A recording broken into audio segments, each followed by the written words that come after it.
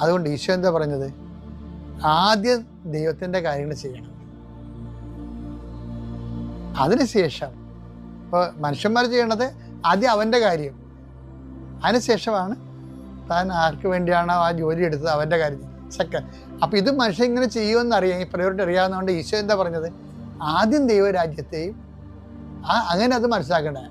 6:33 നിങ്ങൾ ആദ്യം അവിടുത്തെ നിങ്ങൾ ആദ്യം അവിടുത്തെ രാജ്യവും അവിടുത്തെ നീതിയും അന്വേഷിക്കുക.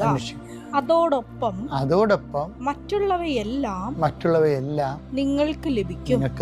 അപ്പൊ എപ്പോഴും നമ്മൾ ശ്രദ്ധിക്കണം, ഉടമ്പടിയിലായാലും ശ്രദ്ധിക്കേണ്ടത് ഫസ്റ്റ് പോർഷൻ ദൈവത്തിന്റെ കാര്യം. ഇപ്പൊ ചില പറയും അടയാളം കാണട്ടെ, ജോലി കിട്ടട്ടെ, വിവാഹം നടക്കട്ടെ, അത് കഴിഞ്ഞിട്ട് ഞാൻ ആത്മീയ ജീവിതം അനുഭവിക്കാമെന്ന് പറഞ്ഞാൽ അത് ഈ മറുത്ത് പറഞ്ഞ ഗുണ്ടയുടെ അവസ്ഥയാണ്. ഈ സ്വയം ഗുണ്ടയായി ദൈവത്തിന്റെ സന്നിധിയിൽ